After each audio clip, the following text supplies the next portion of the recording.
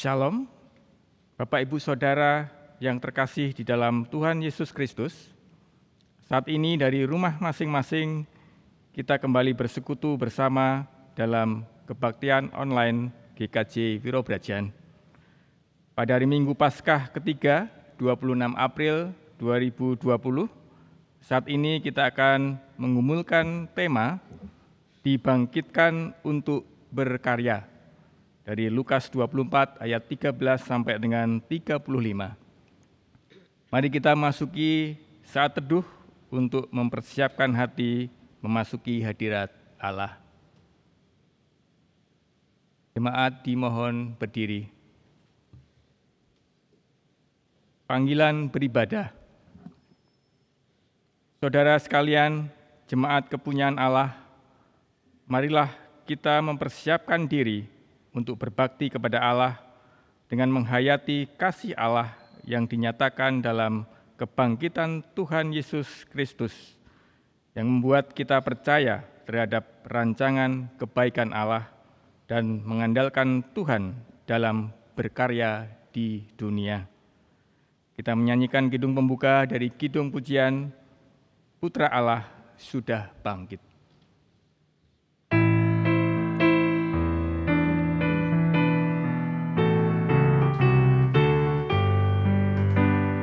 Fajar di timur terang bercahaya, Yerusalem tergempar. Yesus Putra Allah sudah bangkitlah dari kubur yang gelap. Kuasa maut telah lenyap, tidak lagi berdaya. Genaplah karyanya bagi dunia, disalib di Golgota. Soraklah umatnya yang telah ditebus dosanya. Pujilah namanya, pujilah haleluya.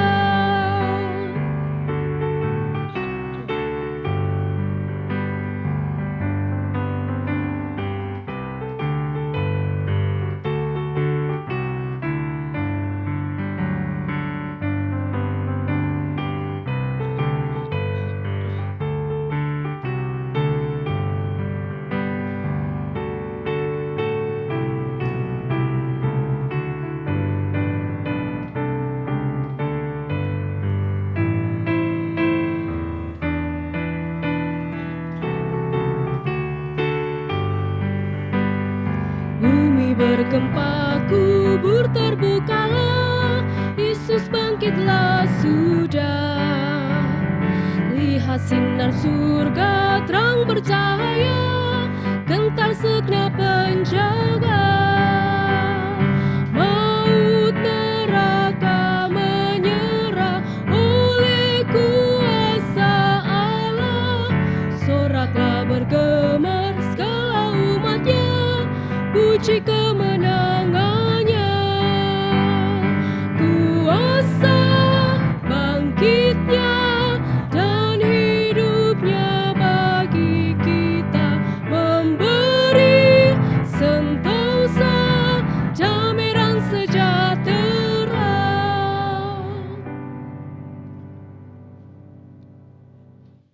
Potum dan salam. Jemaat yang terkasih, marilah perhimpunan kita pada saat ini kita khususkan sebagai ibadah kepada Allah dengan pengakuan bahwa pertolongan kita adalah dalam nama Tuhan yang menjadikan langit dan bumi, yang memelihara ciptaannya dengan kasih setia, dan yang tidak pernah meninggalkan perbuatan tangannya.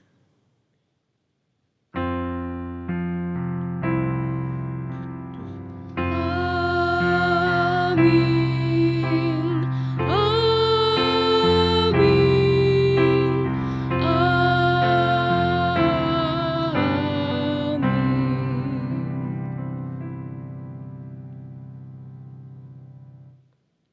kasih karunia dan damai sejahtera dari Allah, Bapa kita, dan dari Tuhan Yesus Kristus, beserta saudara sekalian.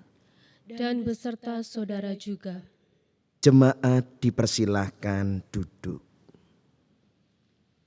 Kata pembuka. Jemaat yang terkasih di dalam Tuhan Yesus Kristus, ibadah minggu ini mengambil tema dibangkitkan untuk berkarya. Lukas 24 ayat 33 demikian.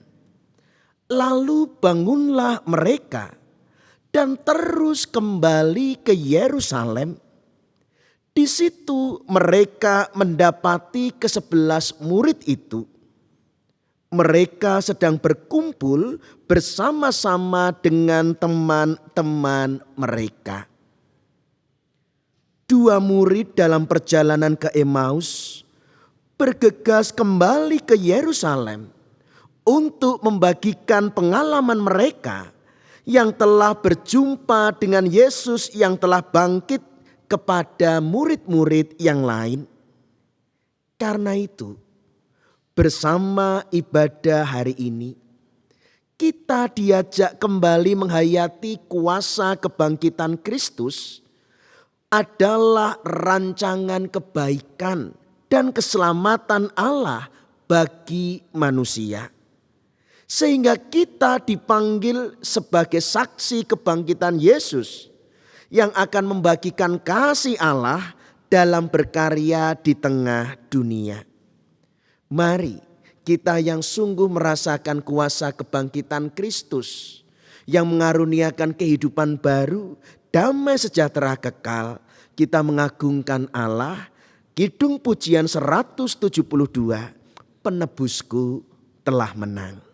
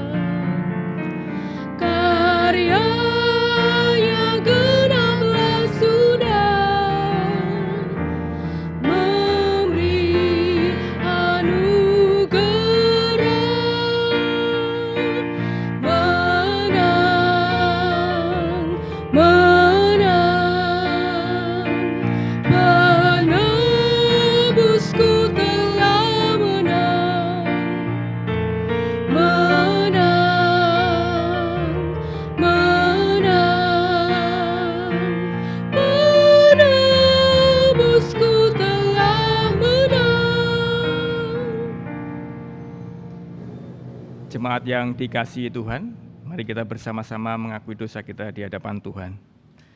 Firman Tuhan dalam Injil 1 Yohanes 4 ayat 19 sampai dengan 21.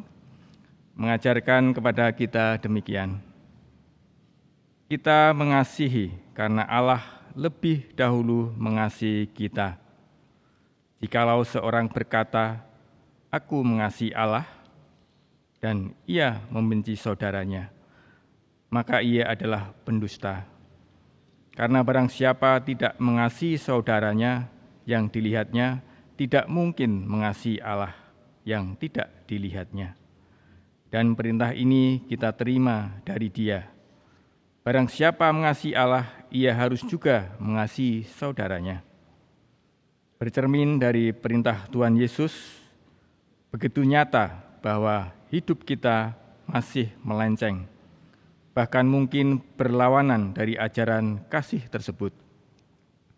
Oleh karena itu, marilah kita merendahkan diri di hadapan Allah, menyesali dosa kita, dan memohon belas kasihan-Nya. Ya Bapa yang rahmani, kami mengaku telah berbuat dosa karena gagal mengasihi Engkau dengan segenap hati, jiwa, akal budi, dan kekuatan kami. Maka kasihanilah kami. Kasihanilah kami ya Tuhan. Ya Yesus Kristus Juru Damai, kami mengaku telah berbuat dosa karena gagal mengasihi sesama seperti mengasihi diri kami sendiri.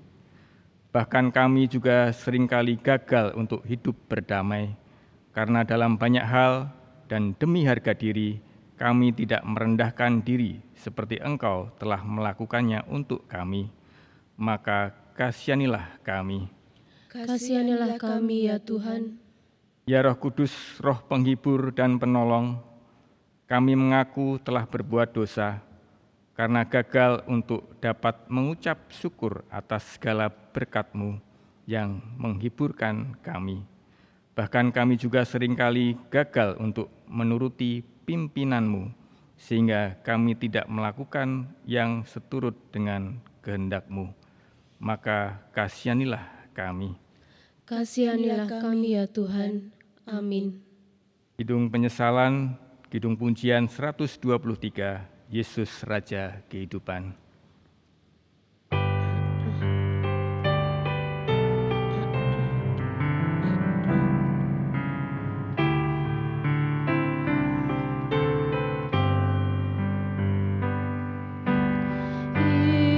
Yesus Raja kehidupan, padamu ku serahkan segenap isi hatiku, mohon kasih sayang-Mu. Tak patut kami menyebut, apalagi menuntut. Dosa telah mengasingkan diriku dari Tuhan.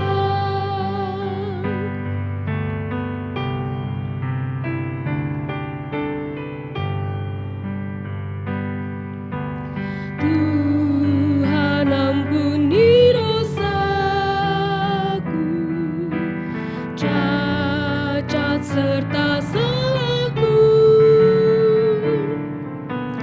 Kepada siapa lagi pertolongan ku cari? Hanya di salib Tuhanku letak keselamatan. Berikan damai di hatiku, bersatu dengan Tuhan.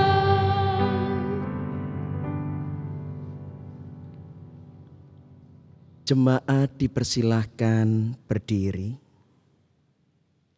Berita anugerah kepada kita yang di hadapan Tuhan sungguh mengaku menyesali dosa pelanggaran kita di hadapan Allah, mengharapkan belas kasih dan pengampunannya. Di tengah kebaktian ini kita menerima rahmat. Tuhan tidak menolak dan membuang kita, melainkan memberi pengampunan dosa pelanggaran kita. Inilah berita anugerah yang terambil dari surat 1 Petrus pasal pertama ayat 18 sampai 19 yang demikian. Sebab kamu tahu bahwa kamu telah ditebus dari cara hidupmu yang sia-sia yang kamu warisi dari nenek moyangmu itu, bukan dengan barang fana, bukan pula dengan perak atau emas, melainkan dengan darah yang mahal, yaitu darah Kristus, yang sama seperti darah anak domba yang tak bernoda dan tak bercacat. Demikianlah berita anugerah dari Tuhan.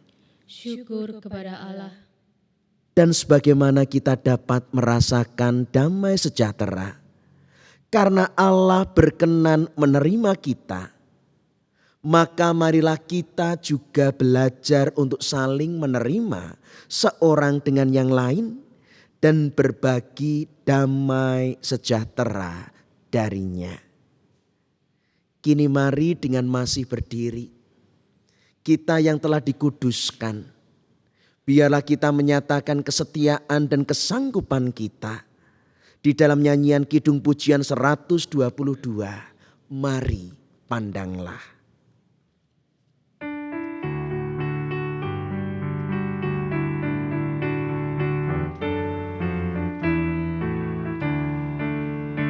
Dengan memandang kepada salib Tuhan, lenyaplah segala dosamu. Di sana tersalib anak domba Allah, menanggung segala najismu. Mari pandanglah, dengan memandang kepada salib Tuhan, lenyaplah segala dosamu.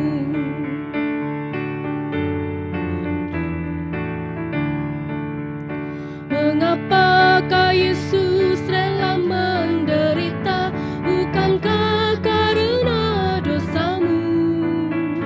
Mengapa Ia menumpahkan darahnya, menebus segala hutangmu?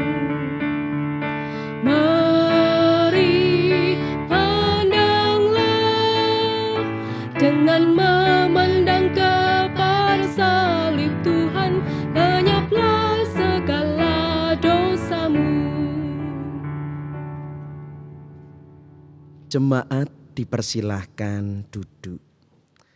Bapak Ibu Saudara yang terkasih, kini marilah kita menyambut firman Tuhan. Bersama kita menyatukan hati dan merendahkan diri di hadapan Tuhan. Mari kita berdoa.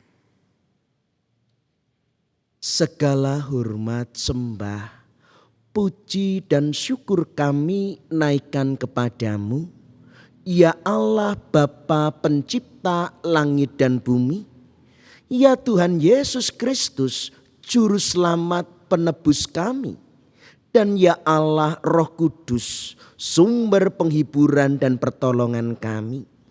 Siapakah kami Bapa, jika pada hari ini kami boleh bersama-sama kembali berbakti, sekalipun masih di dalam segala keterbatasan di rumah kami masing-masing, tetapi Engkau tetap menyertai, Engkau membangunkan kami, dan Engkau telah mempersatukan kami di dalam ibadah online saat ini. Meski juga begitu nyata dosa kesalahan, saat-saat kami mengeluh, saat-saat kami kurang mengucap syukur, tetapi di hadapan kekudusan-Mu, Engkau tidak menghakimi dan membuang, Engkau berkenan mengampuni kami. Terima kasih atas kemurahan-Mu. Sungguh Bapa, hanya Engkau yang membuat kami boleh bersyukur di masa-masa keprihatinan ini. Hanya karena percaya kepadamu-lah kami memiliki pengharapan bahwa Engkau Allah yang turut bekerja dan akan menjadikan semua keprihatinan ini mendatangkan kebaikan dalam kehidupan kami. Karena itu Bapa, tiada lain yang kami nantikan. Jika kami telah menerima kemurahan pengampunan-Mu, kini biarlah berkuasa penuh dalam hidup kami melalui kebenaran firman-Mu. Kami mohon pengampunan-Mu juga menjadikan Roh Kudus berkuasa penuh di hati kami, membuka pikiran dan jiwa kami, dan memampukan kami untuk mendengar, menghayati, dan melakukan firman-Mu. Engkau berbelas kasih bagi hamba-Mu yang rendah, hina, dan penuh cacat celah ini. Mampukan Bapa untuk menyampaikan kebenaran sabda-Mu, supaya dengan demikian di tengah keprihatinan kami tetap merayakan iman kami. Kuasa kebangkitan Kristus yang jauh lebih besar daripada pandemik ini adalah sumber penghiburan, sumber kekuatan. Bahkan kami percaya bahwa Engkau berkenan ini menjadi saluran berkat bagi kami untuk semakin peduli dan semakin bersaksi. Kini Bapa, bersabdalah, kami anak-anak-Mu siap untuk mendengar. Di dalam nama Tuhan Yesus, Juru Selamat kami yang bangkit dari antara orang mati, kami berdoa dan mengucap syukur. Amin.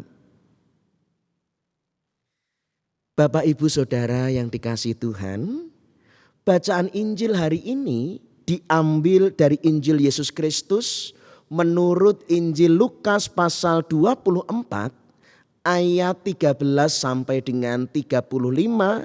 Yang demikian kita akan mendengar dan melihat melalui tampilan video berikut.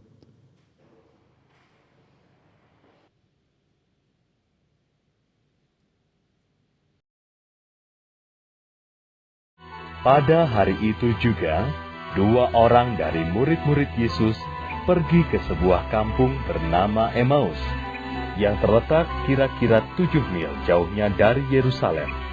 Dan mereka bercakap-cakap tentang segala sesuatu yang telah terjadi. Ketika mereka sedang bercakap-cakap dan bertukar pikiran, datanglah Yesus sendiri mendekati mereka. Lalu berjalan bersama-sama dengan mereka. Tetapi ada sesuatu yang menghalangi mata mereka, sehingga mereka tidak dapat mengenal Dia. Yesus berkata kepada mereka, "Apakah yang kamu percakapkan sementara kamu berjalan?" Maka berhentilah mereka dengan muka muram. Seorang dari mereka, namanya Kleopas, menjawabnya, "Adakah engkau satu-satunya orang asing di Yerusalem yang tidak tahu apa yang terjadi di situ pada hari-hari belakangan ini?" Katanya kepada mereka, "Apakah itu?" Jawab mereka, "Apa yang terjadi dengan Yesus orang Nazaret? Dia adalah seorang nabi yang berkuasa dalam pekerjaan dan perkataan di hadapan Allah dan di depan seluruh bangsa kami.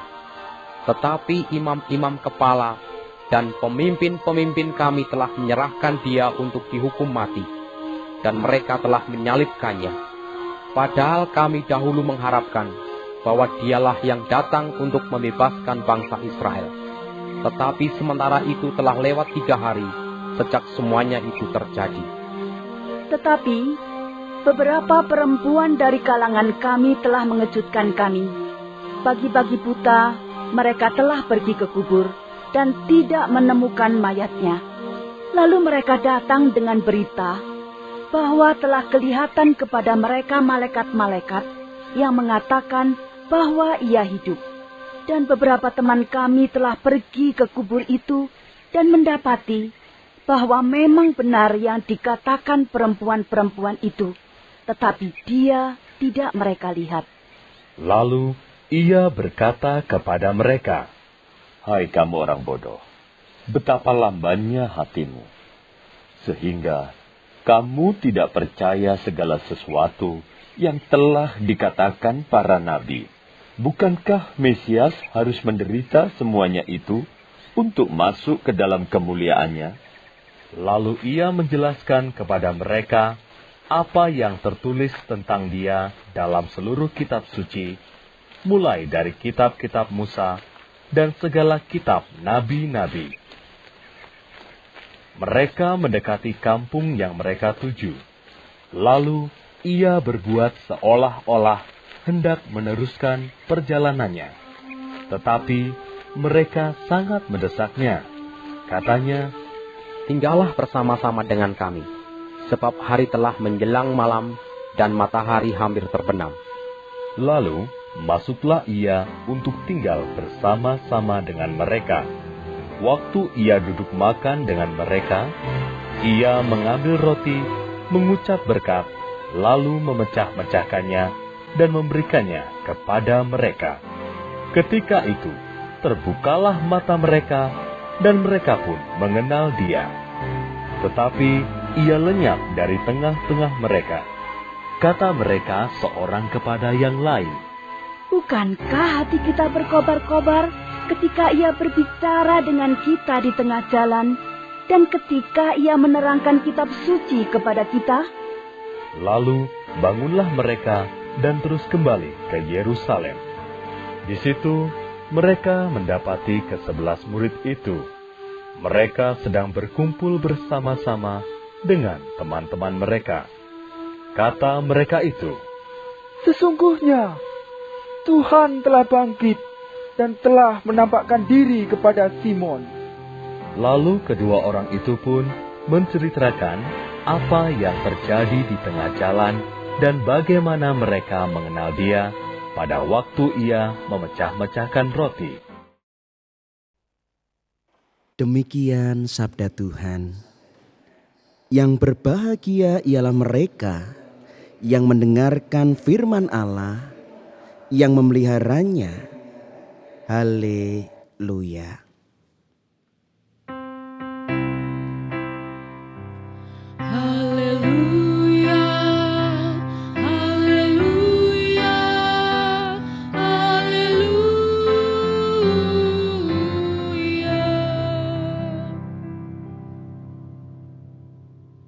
Bapak, Ibu, Saudara yang dikasihi Tuhan, Shalom.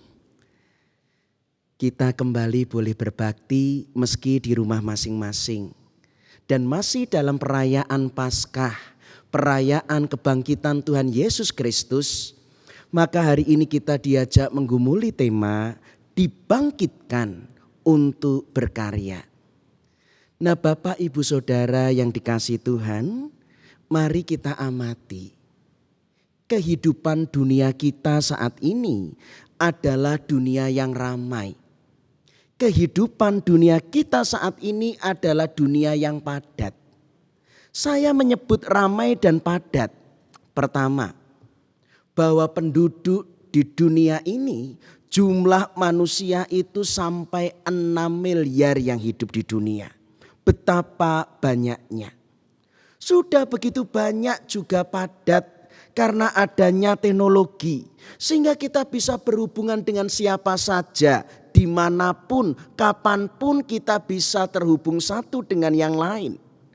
Bahkan setiap orang pribadi demi pribadi lebih padat lagi karena kita memiliki kesibukan masing-masing. Hanya dengan bantuan satu alat saja ini kita sudah bisa begitu sibuk untuk melakukan banyak hal. Itu yang saya katakan padat dan ramai. Penduduk yang banyak, teknologi yang membuat kita saling berhubungan, bahkan kesibukan yang luar biasa bisa kita lakukan pribadi lepas pribadi. Kalau kita sadar ini kenyataannya, saya sempat berpikir seharusnya mustahil kalau kita, Bapak, Ibu, Saudara, saya itu merasakan kesepian. Lawang jumlahnya banyak bisa terhubung satu dengan yang lain kok, mana mungkin bisa kesepian. Tetapi realitasnya banyak orang yang merasa kesepian. Banyak orang yang tetap merasa sendiri meskipun di tengah keramaian. Banyak orang yang merasa sepi bahkan di tengah kesibukan. Jangan-jangan kita sendiri pernah mengalaminya. Oh, di tempat kerja banyak orang tapi ya rasanya sepi. Oh, di tengah jalan ramai orang ya tetap rasanya sepi. Bahkan boleh jadi di gereja itu pun kesepian. Maka kalau ke gereja pun cepat-cepat. Pulang juga cepat-cepat karena juga mungkin duduk berbakti tetapi hatinya pun masih merasa sepi. Bisa jadi juga sekarang saat kita masing-masing beristirahat di rumah, itu pun dengan keluarga juga merasakan sepi. Kok bisa? Ya, sepi itu bukan masalah ramai atau padat. Kenyataannya orang bisa mengalami kesepian karena 4 hal. Pertama, orang mengalami kesepian karena mengalami perubahan hidup. Tepatnya transisi dalam kehidupan. Dari sehat berubah menjadi sakit. Dari muda berubah menjadi tua. Dari bekerja kemudian menjadi pensiun. Itu biasanya orang mulai merasa dirinya kesepian. 2, orang juga bisa menjadi kesepian karena putus keterhubungan, pedot atau terputusnya komunikasi. Kita pindah kerja, tidak lagi bertemu dan berjumpa dengan orang-orang yang selama ini kita kenal, kita merasa sepi. Kita pindah tempat tinggal, tidak lagi hidup bersama-sama dengan tetangga, kita juga bisa merasakan sepi. 3, ketika kita merasa dipermalukan, kita merasa direndahkan atau mungkin juga dikecewakan. Orang-orang yang demikian lalu menarik diri, menutup diri dan di sanalah ia pun merasakan kesepian. Dan yang terakhir ini yang paling susah disembuhkan, yaitu kesepian karena merasa dirinya itu tertolak. Tidak lagi dianggap, tidak lagi dinilai bahwa dirinya berguna, dijauhi, dibully, itu juga akan menjadikan orang merasa kesepian. Bapak Ibu Saudara yang dikasihi Tuhan, dan ini juga yang saya bayangkan. Pengalaman para murid Tuhan Yesus dalam perjalanan ke Emmaus juga adalah pengalaman kesepian. Mereka berdua tidak sendiri. Mereka berjalan ke Emmaus. Yerusalem ke Emmaus tadi dikatakan jaraknya 7 mil. Kalaupun kemudian diubah satuannya jadi kilometer, itu sekitar 11 kilometer. Jauh, jalan berdua, tetapi mukanya muram, sedih. Hatinya tetap sepi, yaitu kosong. Bergerak tanpa semangat, bergerak tanpa tujuan. Sepi itu artinya kosong, ya hidup tetapi rasanya kosong. Kenapa mereka kesepian? Karena mereka merasa kehilangan Tuhan Yesus yang telah mati disalibkan. Mereka merasa sepi karena dengan meninggalnya, matinya Tuhan Yesus, di sanalah mereka kehilangan harapan. Tuhan Yesus telah mati tanpa perlawanan. Tuhan Yesus disalibkan tanpa penghormatan.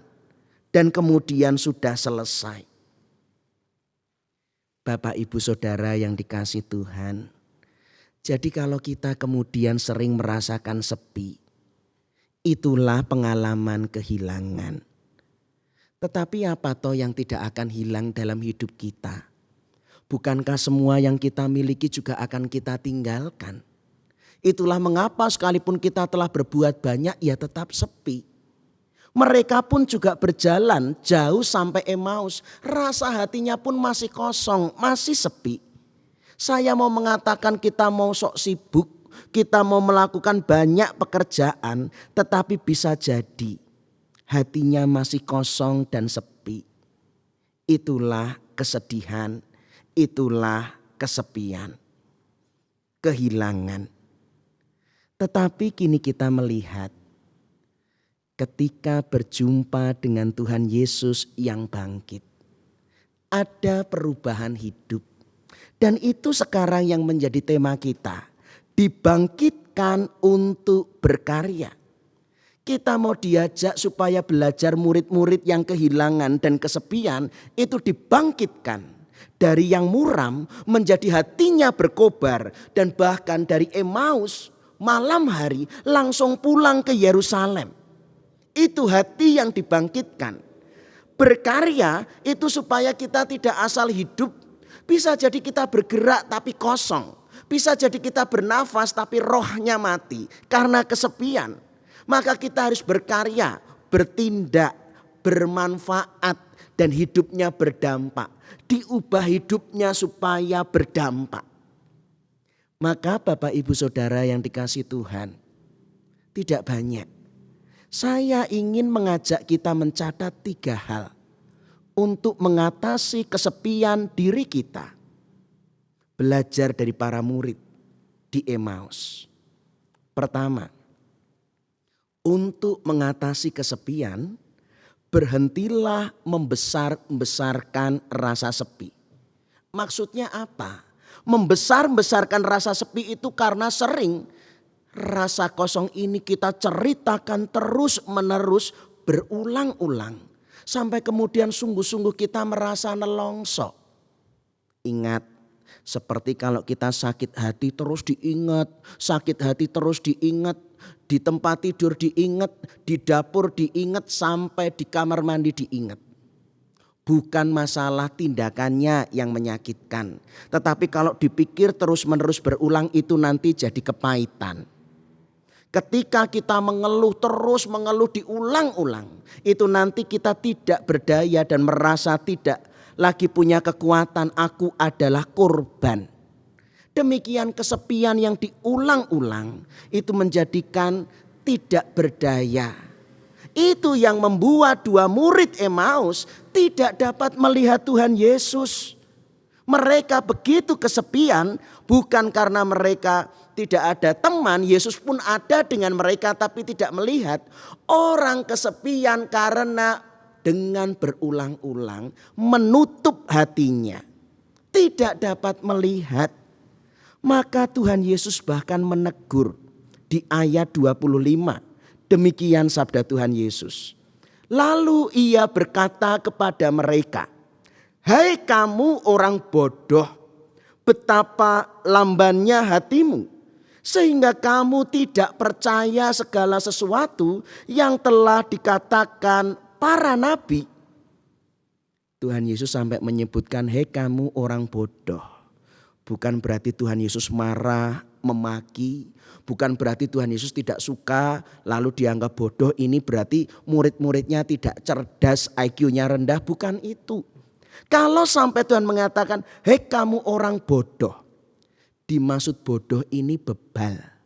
Yang dimaksud bodoh ini lambat.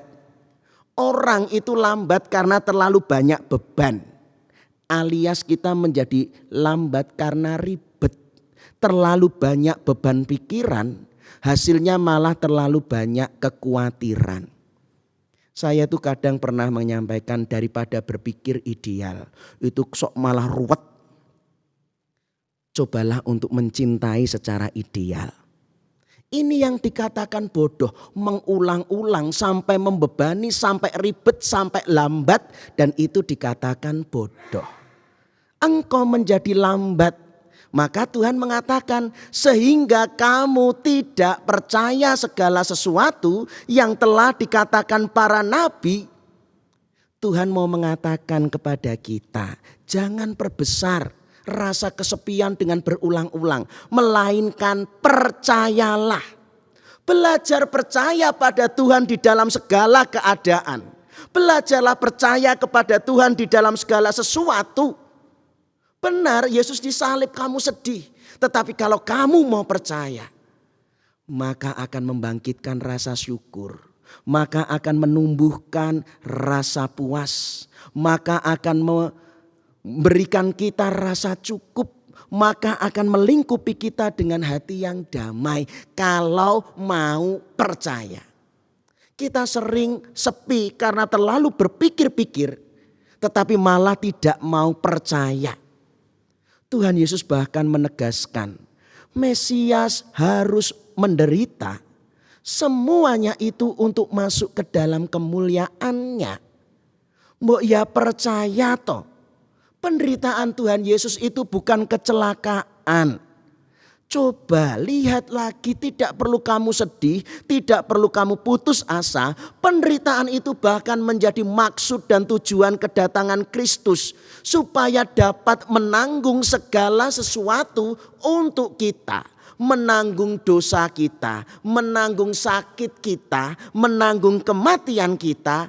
Percayalah. Maka kita boleh terluka, mungkin mulai timbul rasa sedih, tapi jangan diulang-ulang. Melainkan tetap percaya. Kedua, mengatasi kesepian yaitu dengan membuka diri. Kalau sadar sepi ya jangan malah menutup hati. Hancurkan tembok-tembok pemisah. Karena kalau sudah sepi biasanya malah membangun tembok-tembok perlindungan diri. Ini yang dilakukan Tuhan Yesus di ayat ke-27. Lalu ia menjelaskan kepada mereka apa yang tertulis tentang dia dalam seluruh kitab suci. Mulai dari kitab-kitab Musa dan segala kitab nabi-nabi. Tuhan mau mengatakan, kalaupun merasa sepi, janganlah menutup melainkan membuka diri. Apa maksudnya? Yang saya katakan kalau mau membuka, dengarlah sabda Tuhan. Kalau mau membuka diri yang utama adalah buka hati pikiran kita pada firman Tuhan. Kok begitu Pak? Begini. Kita itu menutup diri. Karena biasanya yang menutup karena pengalaman-pengalaman kita. Kalau kita sudah benar-benar mengalami, itu sebuah kenyataan, itu sebuah realitas. Lalu pengalaman ini kita pegang menjadi ukuran segala-galanya. Maka setiap masing-masing pribadi kenapa merasa benar? Karena berpegang pada pengalaman masing-masing. Dan itu dipegang sebagai kebenarannya. Pengalaman mereka melihat Yesus mati disalibkan. Tanpa perlawanan, tanpa kehormatan, maka lalu mereka begitu kecewa dan sepi karena yang dipegang terus pengalaman-pengalaman. Saya tahu kita semua punya pengalaman. Saya tahu pengalaman itu begitu nyata, tetapi membuka diri yaitu dengar firman Tuhan. Lah kenapa Pak? Awas. Sebab namanya pengalaman tidak boleh dijadikan pegangan. Betapapun nyata yang namanya pengalaman itu masing-masing orang berbeda. Tidak bisa dipegang menjadi kebenaran. Betapapun pengalaman nyata kita alami itu suatu saat berubah-ubah. Pengalaman sekarang A, besok Z berlawanan. Maka yang dipegang jangan pengalamanmu. Melainkan yang dipegang adalah firman Tuhan. Sebab firman Tuhan ini tolok ukuran kebenaran yang harus didengarkan. Jadi buka diri. Jangan ulang-ulang hanya karena pengalaman-pengalaman itu kita pegang seakan-akan itu kebenaran. Yang dipegang kebenaran itu kebenaran Allah. Firman Tuhan. Dengar firman Tuhan, percayalah. Buka diri dengan firman. Bukan dengan pengalaman. Ketiga, yang terakhir, khotbahnya mau selesai. Mengatasi kesepian, kita belajar dari pengalaman Tuhan Yesus bersama dua murid Emmaus adalah berkarya dan berbagi dengan orang lain. Dan inilah yang disebut dengan bersaksi. Tuhan Yesus melihat dua orang yang kesepian berada bersama-sama dan memecah-mecah roti. Di sana kesepian mereka lenyap. Dan mereka yang hatinya berkobar-kobar padahal sudah sampai jauh malam pulang ke Yerusalem membawa berita sukacita. Dan murid-murid bersyukur mendengar kabar kebangkitan Kristus. Ini mau menunjukkan bahwa orang yang kesepian karena terlalu memusatkan perhatiannya atau fokus dengan kebutuhan sendiri. Cara mengatasi kesepian sebaliknya, coba perhatikan kebutuhan orang lain. Sebab dengan menolong kita itu meruntuhkan tembok. Dengan menolong itu kita akan mengatasi kesepian. Mata kita menjadi lebih terbuka, mulut kita, hati kita menjadi mau bicara, tangan kita mau terukur. Jadi menolong bukanlah beban. Menolong itu justru untuk mengatasi kesepian. Dan itu yang dialami dua murid Emmaus. Hatiku berkobar-kobar. Tidak lagi sepi, menyala-nyala.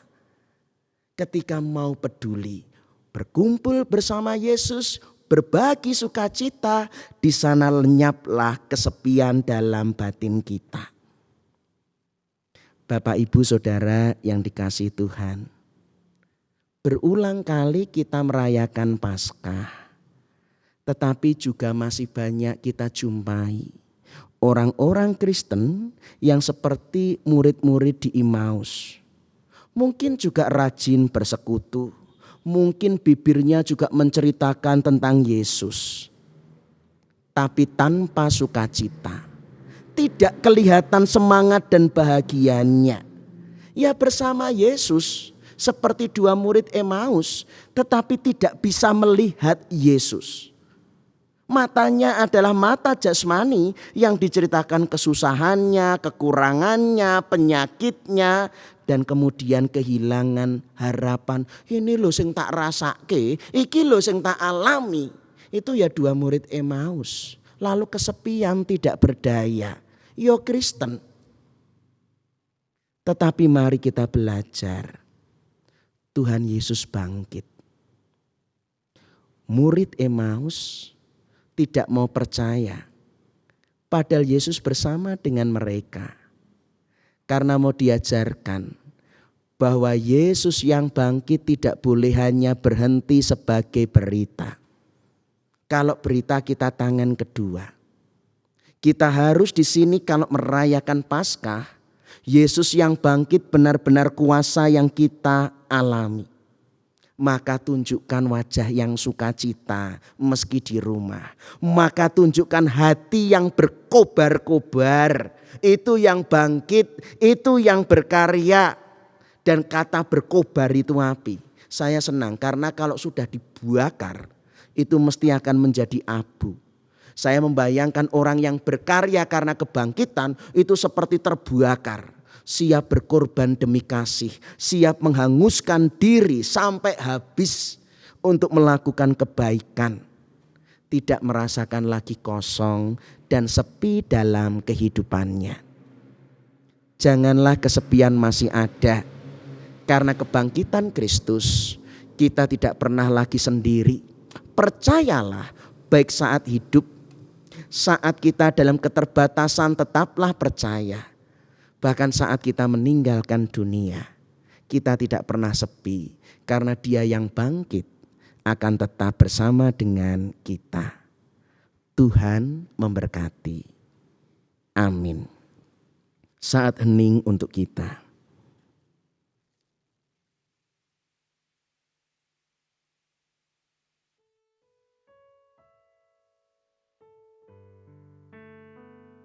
Mari kita berdoa.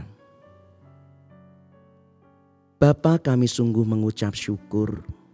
Oleh kebenaran firman-Mu kami mengerti. Dan kami bahkan menyadari betapa ada yang kosong dalam kehidupan kami. Betapa dalam kepadatan, keramaian dan kesibukan kami pun mengalami kesepian. Sebab segala sesuatu yang kami andalkan akan hilang. Dan di sanalah kami akan terus dikecewakan dan terus dikecewakan akan dunia ini. Tetapi hari ini kami melihat Bapa, kami tidak akan pernah kesepian. Karena Kristus yang mati dan bangkit tidak akan pernah lenyap dan tidak pernah meninggalkan anak-anak-Mu. Hari ini kami belajar Bapa, supaya kami mengatasi rasa sepi, bukan dengan mengulang-ulang dan terus-menerus membesarkan perasaan kemalangan, melainkan kami ingin belajar percaya. Bahkan dalam kemalangan, dalam kesedihan, dalam kematian kami tetap percaya. Hari ini kami ingin mengatasi sepi dengan membuka diri, supaya kami tidak terus-menerus mengandalkan pengalaman-pengalaman kami, tetapi kami mengandalkan firman Allah, kebenaran yang sejati dalam segala keadaan. Dan kini kami ingin belajar mengatasi sepi, bukan dengan mencari perhatian dan keinginan dilayani, tetapi justru ketika kami mau peduli, di sanalah kami membangun jembatan, kami membuka mata, membuat hati bicara dan tangan terulur. Dan di sanalah kami mengatasi kesepian dengan peduli berbuat baik.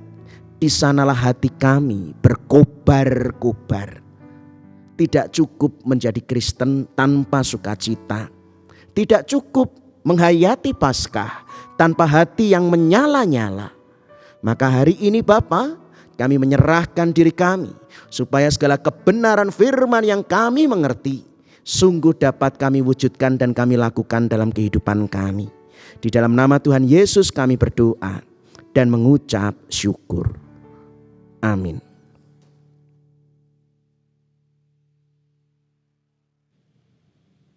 Jemaat dimohon berdiri.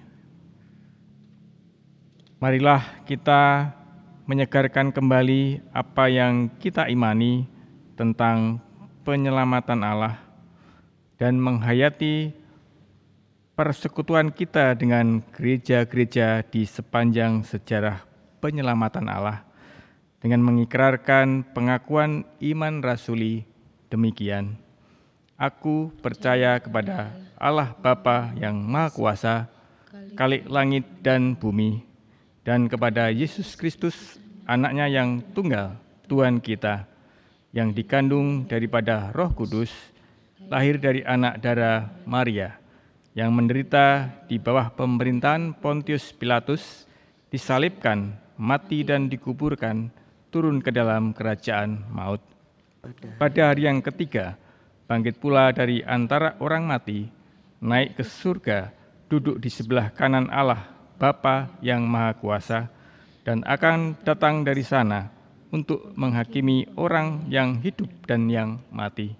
Aku percaya kepada Roh Kudus, gereja yang kudus dan persekutuan orang kudus, pengampunan dosa, kebangkitan daging, dan hidup yang kekal. Amin. Jemaat dipersilahkan duduk kembali. Bapak, Ibu, Saudara yang dikasihi Tuhan, kini mari kita satukan hati menghadap Tuhan di dalam doa syukur dan syafaat kita. Mari kita berdoa. Bapa yang Maha Baik, kami sungguh bersukacita oleh karena penghiburan firman yang telah kami terima. Dan oleh kuasa Roh Kudus-Mu, biarlah pengertian ini tidak hanya berhenti pada akal budi dan hati kami, tetapi juga menggerakkan seluruh roh kami untuk menjadi pelaku-pelaku firman Tuhan. Sehingga tiada lagi rasa sepi dalam hidup, melainkan kami dibangkitkan untuk terus berkarya. Kehadiran kami bukan hanya bertindak, tetapi juga bermanfaat bahkan berdampak bagi kehidupan. Sebagaimana karya Kristus yang telah mengubah kehidupan kami. Terima kasih Bapa. Saat ini secara terkhusus kami memanjatkan permohonan syafaat kami. Kami mendoakan segenap dunia di tengah pandemik virus corona. Kami memohonkan belas kasih-Mu ya Bapa. Sebab kami percaya betapapun saat ini kami begitu kewalahan, kuasa-Mu jauh lebih besar dan segala sesuatu tetap di dalam kendali pengasihan-Mu. Maka Bapa, kami mohon kiranya Engkau boleh turut bekerja dan biarlah semua ini boleh diakhiri bukan hanya dengan pemulihan kesehatan, tetapi juga pemulihan jiwa dan pemulihan kehidupan kami semua. Kami memohonkan hikmat bagi pemerintahan bangsa kami, sebab kepada mereka telah Engkau percayakan kuasa dan mereka boleh mengusahakan segenap daya, tenaga ataupun segala yang telah Tuhan karuniakan untuk mengelola saat-saat pandemik ini. sehingga kami boleh di dalam kondisi aman, damai dan sejahtera. Juga karuniakan ketaatan bagi segenap bangsa dan masyarakat untuk mau mendengar, untuk mau melakukan segenap seruan dari pemerintah demi kebaikan bersama. Kami pun membawa serta setiap pejuang-pejuang, pahlawan-pahlawan di masa pandemik ini, baik mereka tenaga medis kesehatan, mereka para pelayan-pelayan publik yang tetap harus bekerja dan melayani di tengah suasana penuh kerentanan. Kami memohonkan perlindungan Tuhan, kami memohon pemeliharaan Tuhan bagi keluarga mereka, sebab oleh karena mereka kami juga boleh terus bertahan melalui pelayanan mereka. Jangan mereka menjadi lemah dan jatuh sakit. Juga kami membawa serta segenap rentan dan korban dari masa pandemik, baik segenap pasien, segenap PDP dan ODP. Kami mohon lawatan dan jamahan tangan Tuhan untuk mengaruniakan penghiburan dan kesembuhan. Bagi mereka yang terganggu kestabilan ekonomi dalam kekurangan, kelemahan, bahkan sampai kehilangan penghasilan, kepadamu ya Allah sumber kehidupan kami mohon belas kasihan-Mu Bapa. Sebab Engkau Allah yang setia, yang tidak pernah meninggalkan perbuatan tangan-Mu. Kasihanilah mereka supaya mereka tidak hidup di dalam kemiskinan, dalam kekurangan, tetapi mereka pun dalam segala keterbatasan tetap merasakan pemeliharaan Tuhan. Bapa juga berkati gereja untuk tetap boleh bersekutu, karena firman-Mu lah penghiburan, karena percaya ini kami dapat bertahan. Biarlah kami terus bersekutu, biarlah kami terus saling menguatkan di dalam iman, dalam persekutuan, dalam pengharapan dan kasih. Pun mampukan gereja bukan hanya mementingkan diri, melainkan juga hadir sebagai tangan-tangan Kristus yang mau melayani. Sehingga dengan demikian kami boleh menyatakan kesaksian kami bahwa masa pandemik ini adalah masa saat kami berbagi dan berbela rasa, sebagaimana yang telah dikaryakan oleh Tuhan Yesus Kristus di atas kayu salib. Bapa, kami pun mendoakan bagi jemaat-Mu yang saat ini sakit, kami mohon lawatan dan kesembuhan. Yang saat ini usia lanjut, kami mohonkan perlindungan Tuhan. Tuhan karuniakan kesehatan dan kedamaian. Tuhan jauhkan dari godaan, penyakit dan kecelakaan. Juga para warga disabel, kiranya Tuhan juga memelihara, menjaga mereka. Biarlah mereka semua Tuhan lindungi di tengah masa pandemik ini. Biarlah mereka semua yang merawat juga Tuhan karuniakan kesabaran, ketabahan untuk merawat saudara-saudara kami yang sakit, yang adiuswo ataupun yang disabilitas. Kini kami mendoakan anak-anak kami yang tetap harus bekerja, yang anak kami yang harus belajar. Tuhan tuntun dalam kejujuran, dalam tanggung jawab, sehingga semua dapat diselesaikan dengan baik. Kami pun berdoa supaya kami tetap setia berbakti kepadamu, supaya dengan demikian Bapa, inilah kesempatan Engkau memberi kami waktu berlimpah-limpah di rumah, supaya mezbah-mezbah keluarga ditegakkan. Kami boleh kembali berkumpul, kami boleh kembali saling mendengar pengalaman dan saling dibangun melalui kebenaran firman-Mu. Terima kasih Bapa, terima kasih. Di dalam iman kami selalu menemukan berkat. Di dalam kasih kami selalu menemukan pertolongan Tuhan, dan di dalam pengharapan kami tahu bahwa segala sesuatu mengerjakan kebaikan, bahkan menyempurnakan keselamatan kami. Terima kasih Bapa. Inilah seru doa syukur permohonan kami yang kami panjatkan di dalam nama Tuhan Yesus Kristus, Juru Selamat dan Juru Syafaat kami yang hidup. Kami telah berdoa dan mengucap syukur, dan kiranya kehendak-Mu yang terjadi. Amin. Jemaat yang dikasihi Tuhan, kita akan persembahan sebagai ucap syukur kita.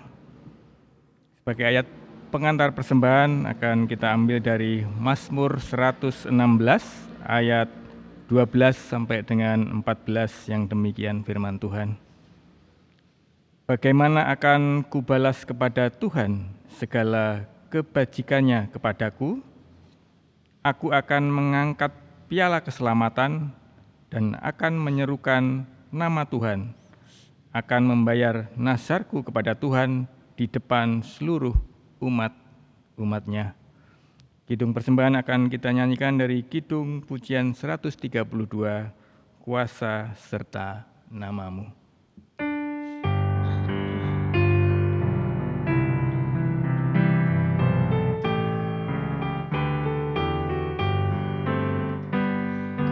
Kuasa serta namamu hendak ku sabarkan, dan kami tak akan malu ku dibimbing Tuhan, bagaikan padi segenggam tentulah busuk dipendam supaya tumbuh dan segar di panas surya memancar, berbuahlah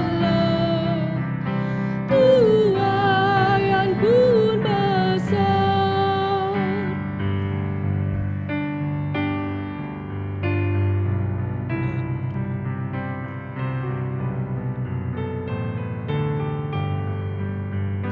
Teladan sudah kau berikan dengan deritamu, melalui salib kejam kau terima kuasamu.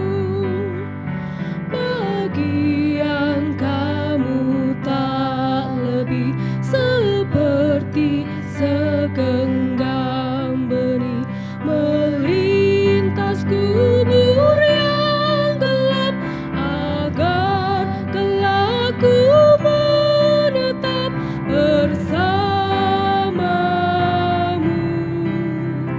di Firdaus gemerlap.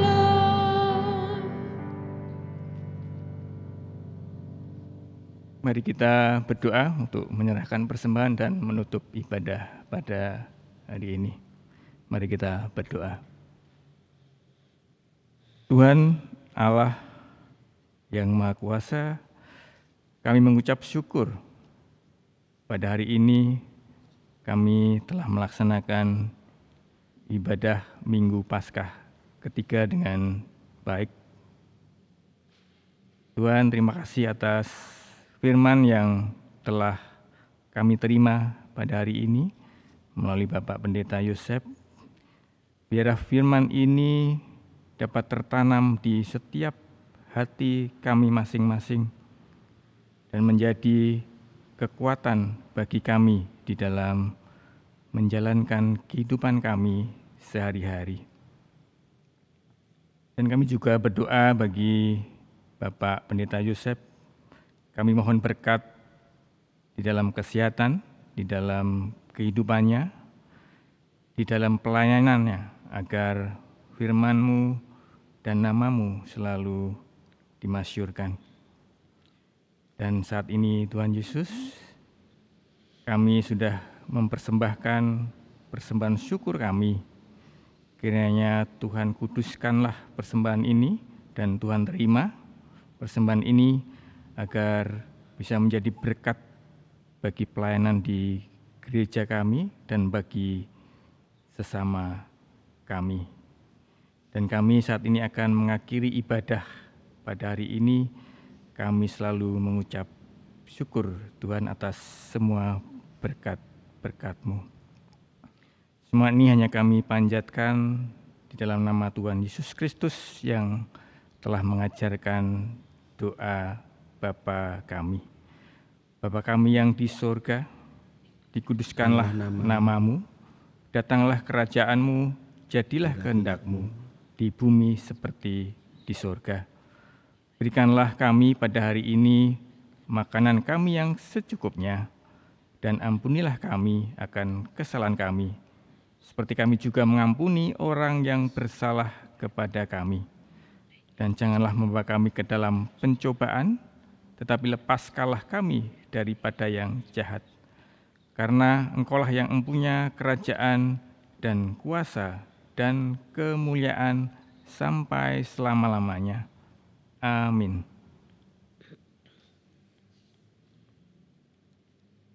Bapak, Ibu, Saudara, kami undang untuk bangkit berdiri.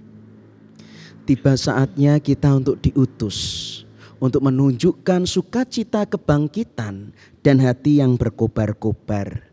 Karena itu, dengan berdiri kita nyatakan kesanggupan diutus Allah.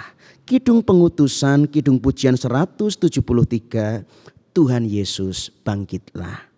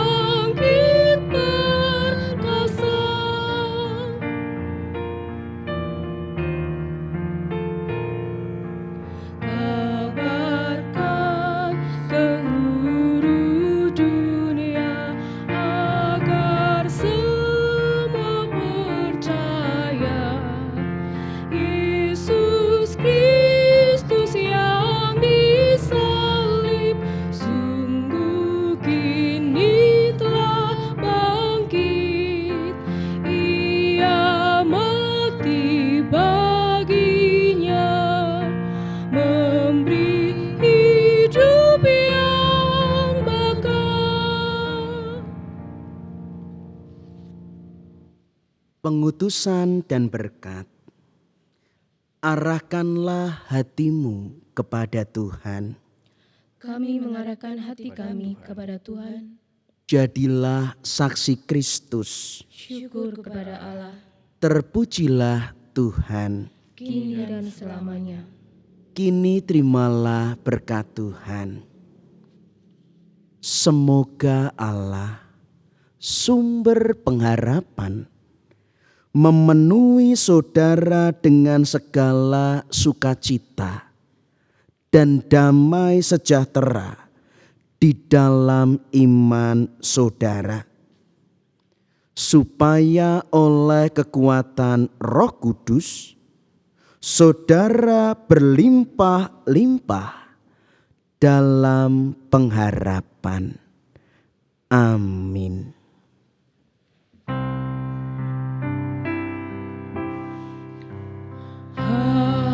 Haleluya, haleluya, haleluya, haleluya, haleluya, amin, amin, amin.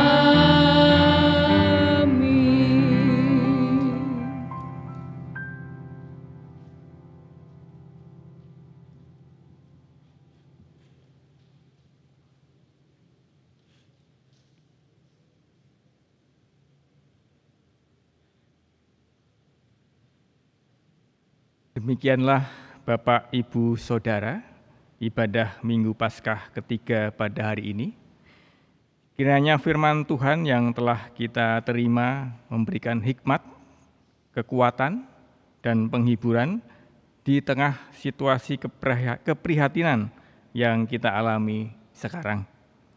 Tetap semangat, tetap sehat, belajar, bekerja, dan beribadah di rumah. Selamat hari Minggu, Tuhan Yesus memberkati.